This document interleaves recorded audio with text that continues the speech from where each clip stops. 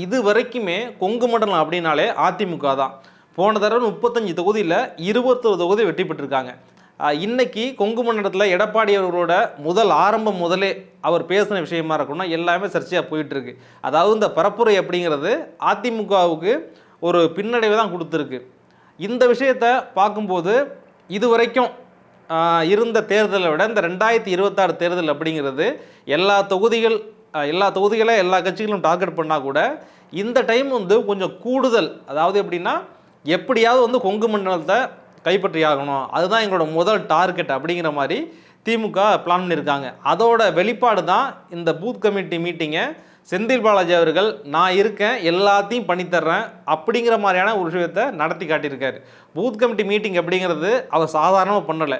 அதாவது இந்த மீட்டிங்கில் கலந்துக்கிட்டவங்களுக்கும் எல்லாருக்கும் ஐடி கார்டு கொடுத்தோம், என்னென்ன விஷயம் பண்ணணும், எப்படி வாக்கு வங்கியை கைப்பற்ற முடியும் இப்படிங்கிற பிளானையும் கொடுத்துருக்கதா தகவல் இருக்குது.